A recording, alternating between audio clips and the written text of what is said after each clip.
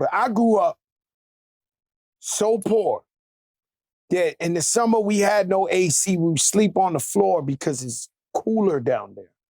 You know, I wipe my ass with newspaper. Any type of poor shit you ever been involved with, I've been in that, right? But what I'm saying, The Jada, Lord is my shepherd. your Lord is, yo, Jada, no hoodie, huh? But listen, what I'm trying to set him up, right? When they call you the greatest storyteller, you got to just put yourself in the scene of the crime. Over the years, I worked my way out of that bum shit. Over the years, I did whatever I could to come up out of it and teach myself ways to, you know, raise our kids. You got 2 kids, just graduated college.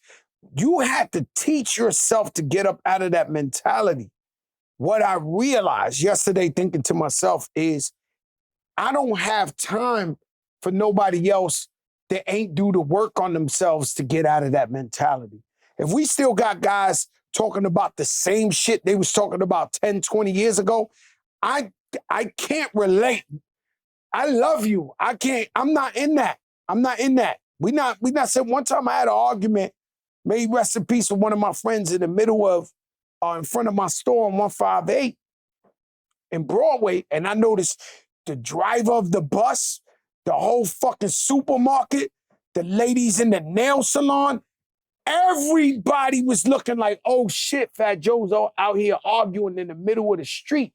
And when I looked at everybody, I said, you know what, man? You the last motherfucker I'm gonna argue with in the middle of the street. You ain't big enough to be arguing with me. You got everybody looking at me like you ain't even that important. But the problem is he couldn't get himself out of his own way. And they stay stuck on that. But at what point you say, yo, you know, they're not thinking like me.